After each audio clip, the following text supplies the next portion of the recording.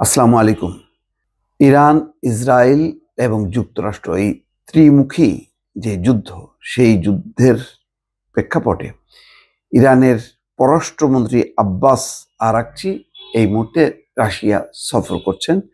এটা বলার অপেক্ষা রাখে না যে এই সফরের মূল উদ্দেশ্য হচ্ছে রাশিয়ার সমর্থন পাওয়া।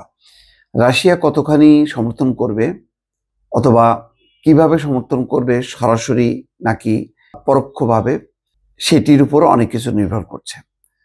ইসরায়েল যেমন আমেরিকার একেবারে সরাসরি সমর্থনে এগুচ্ছে বা যুদ্ধ করছে, ইরান কিন্তু এখন পর্যন্ত একাই লড়ে যাচ্ছে। এই জায়গায় রাশিয়া যদি সাপোর্ট করে, এখন কিভাবে করবে সেটা প্রশ্ন। কিন্তু রাশিয়া যদি অংশ নেয় তাহলে এই যুদ্ধের মাত্রাটা ভিন্ন দিকে মোড় নেবে এবং তার তীব্রতা বাড়বে, এই ব্যাপারে কোনো সন্দেহ নেই। এবং ইরান যে শক্তি পাবে সেটি বলার অপেক্ষা রাখে না। সেটা ইসরায়েলের পক্ষে অন্তত কুলানো খুবই কঠিন হবে। এখন প্রশ্ন হচ্ছে যে রাশিয়া কতখানি অগ্রসর হবে ইরানের আহ্বানে। ইরানের পররাষ্ট্রমন্ত্রী, যিনি ক্রেমলিনের বৈঠকে অংশ নেওয়ার জন্য বর্তমানে মস্কোতে রয়েছেন, তিনি বলেছেন তিনি রাশিয়ার প্রেসিডেন্ট ভ্লাদিমির পুতিনের সঙ্গে গুরুত্বপূর্ণ আলোচনা করবেন, যেখানে অভিন্ন চ্যালেঞ্জ এবং হুমকির বিষয় উঠে আসতে পারে। রাশিয়া ইতিমধ্যে ইরানের পারমাণবিক স্থাপনায় যুক্তরাষ্ট্রের হামলার নিন্দা করেছে।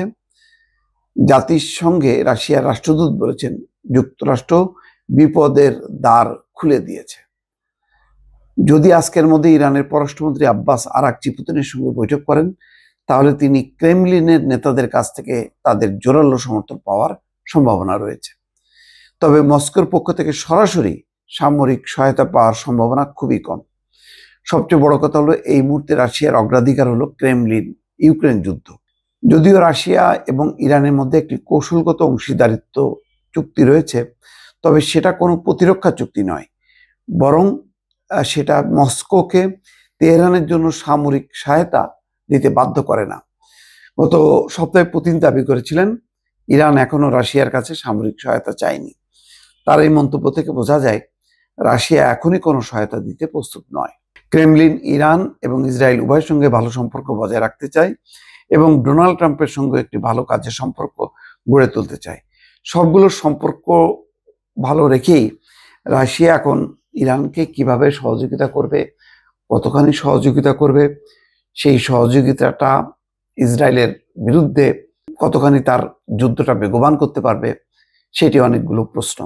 হয়তো টেকনিক্যাল সহায়তা চাইতে পারে, অস্ত্রশস্ত্র সহায়তা চাইতে পারে।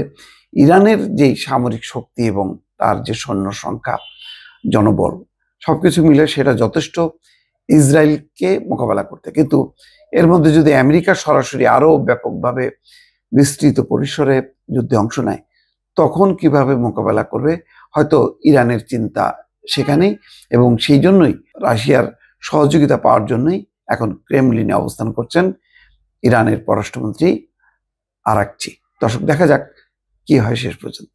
ভালো থাকবেন। আল্লাহ হাফেজ।